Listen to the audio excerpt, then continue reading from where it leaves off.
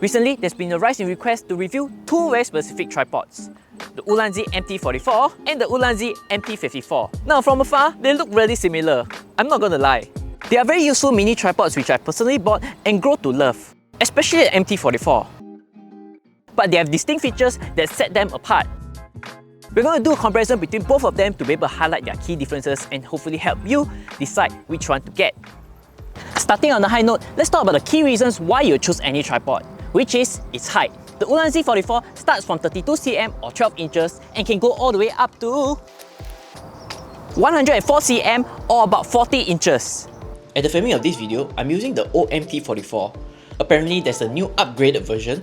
They can go all the way up to 146 cm. While the Ulanzi 54 starts about 34 cm or 13 inches and goes all the way up to 55 cm or 61 inches. Basically, there's a 50% difference in height. Let's talk about its materials. Now, their materials are really different. Starting with the MT-54, we are not against it.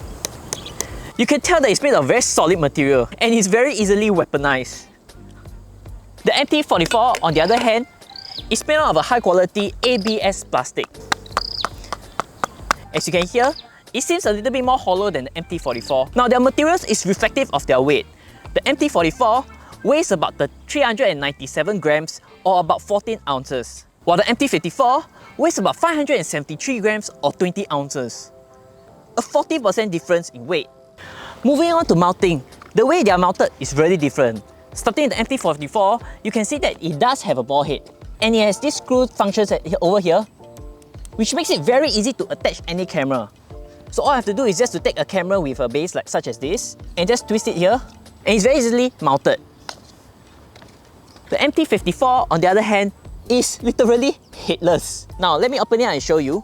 Even though it does not come with any ball head, you can either turn it this way,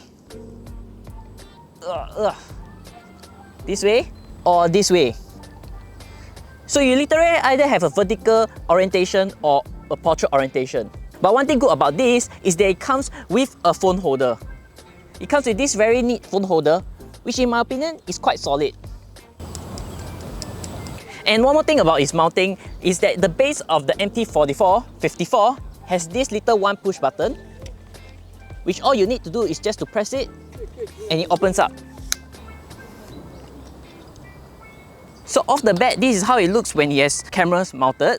Now you also must be wondering, there are clearly a very huge height differences, but do the difference in height really matter in terms of shooting angles? Yes, it does. Let's now see how do they look in its maximum height in terms of the shooting angles. Okay, as best as I can, I'll set both of their camera focal range to about the same. Okay, so in terms of its shooting angle, this will be the highest. And if I ever use it for vlogging, it's kind of heavy, I'm not gonna lie. Okay, this will be the furthest. So we are looking at about 24 mm focal range. Okay, let's set this down. And for the MT-44 54, it goes up about 55 cm. The 155 cm is excluding the phone holder. So I think if you add the phone holder, you probably go up to about additional 8 cm, which makes this about 163 cm.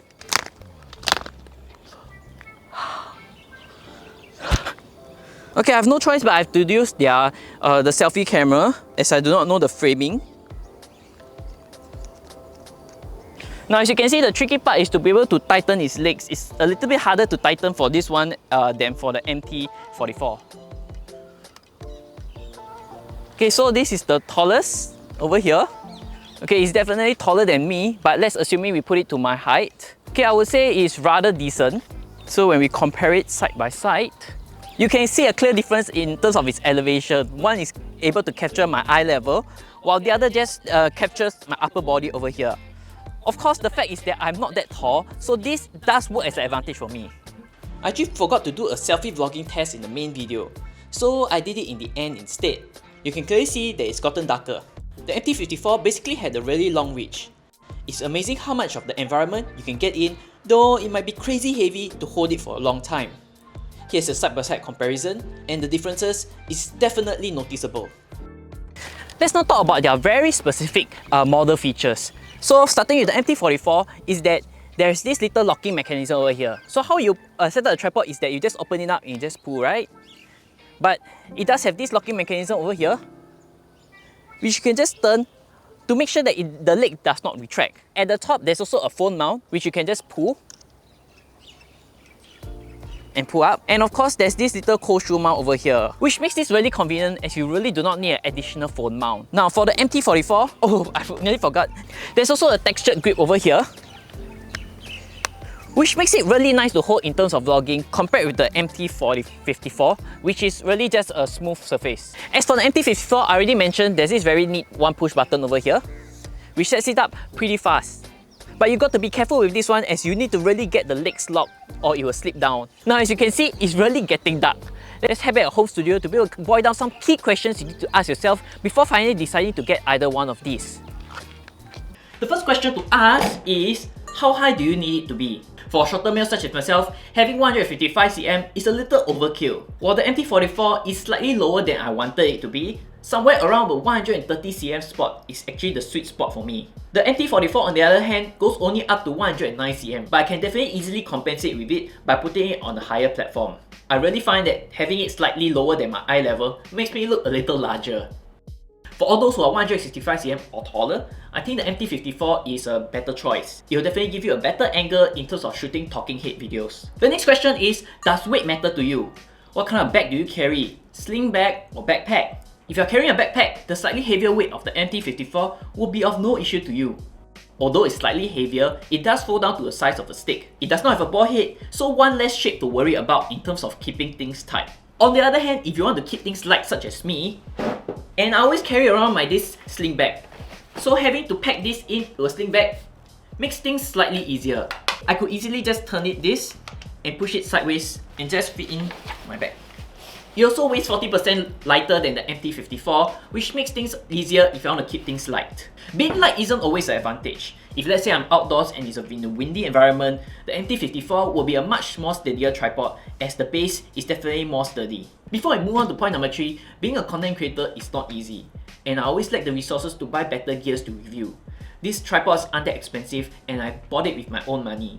If you guys are kind enough to support me, it will definitely help me to scale the quality and quantity of content on my channel.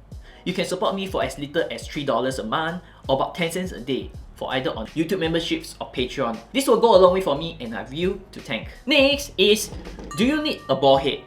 The MT-44 obviously does have one. Though it's not removable, you can definitely adjust into different angles to be able to compensate for uneven grounds. The ball head on the MT-44 is also interesting as you can definitely put mobile phones on the top and put things such as microphones. Okay, I think I need a mobile phone. Okay, you can mount things such as microphones or small lights such as this video light.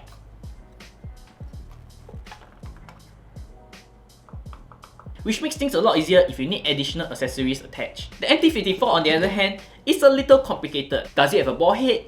I would say yes and no. You can definitely turn it sideways to be able to shoot vertical content such as for TikTok or Instagram Reels. But if you ever need to be able to compensate for the uneven grounds, this is really going to be challenging as the head is not flexible such as the MT-54 over here, which you can turn all angles. And in terms of mounting mobile phone, you do have to attach its additional phone mount on top of this. With the main consideration out of the way, I need to point out their unique flaws.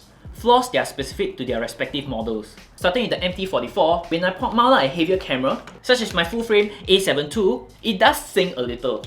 I don't mean sing as in... I mean sing as in Titanic sink.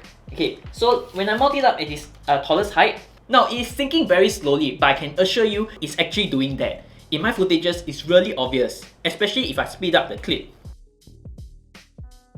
The MT-54 on the other hand does not have this sinking issue, but it does wobble if it's at its full height. Okay, it's definitely not its full height, but I'm using the last leg of the tripod itself, which is its weakest point. So if I mount a camera and I shake a little, you can see it does wobble. So I'll definitely not recommend you having heavier setups and mounting it at the top leg of this tripod. The other flaw is that the legs itself, you need to make sure that it's tightened really tight. If it's going to be loose, it might just slip in, which makes it a little bit unsecure. But if I'm mounting it in my mobile phone, I find that of no issue at all. Oh look, you can see, it really went down from all the way here to here. So this is what I was talking about. So which one should you get? If it's not evidently clear already which one you should go for, I'll just share with you my perspective. For me, most of the time I like to shoot light, so I'll use my A6400 or my Sony ZV-1. And the MT-44 is quite easy to bring around. I don't have to think twice about its weight or its size. Its maximum height is also just nice for me to be able to give the angles that I like to shoot. And if I ever need to tighten its legs, there's a knot over here which I can just turn to be able to make sure that the legs do not retract. On the other hand, if I'm out exploring a new place, I tend to bring my MT-54 around because the MT-54 does go all the way up, giving me options for different types of angles. It's also of a steady material, so I know it doesn't spoil easy. But if you're just talking about the price, this does cost 2 times cheaper than this MT-54. Which means that if ever this spoils, I can always get a new one. So, which one are you getting? Let me know down in the comments below. For those who ask for this comparison, I hope this video is able to satisfy you. And if you want more gear reviews such as this, especially in this format, do check out my gear playlist over here, where I cover other gear such as lights, accessories, or more tripods, which I think as a content creator, you will definitely need. If not, I'll see you guys in the next video.